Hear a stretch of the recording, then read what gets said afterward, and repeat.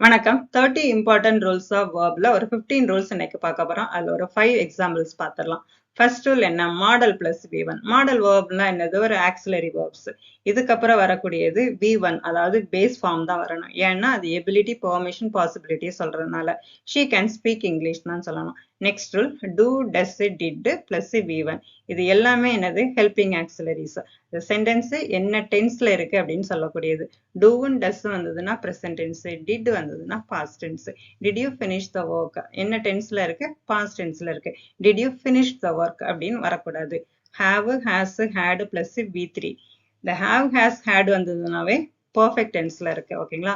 Have, ஹேஸுக்கு அப்புறம் V3 தான் வரணும். He has written a letter. அத ஹீ, ஷி, இட்டுக்கு ஹேஸும், ஐவி, யூ, தேக்கு ஹேவும் வரும். Be plus verb plus ING. Be verb எதெல்லாம்? ஆம், இஸ், ஆர், வாஸ், வேர். அதுக்கப்புறம் வேர்பு பிளஸ் ஐஎன்ஜி, ஏன்னா இது கண்டினியூஸ் டென்ஸ்ல வரக்கூடியது.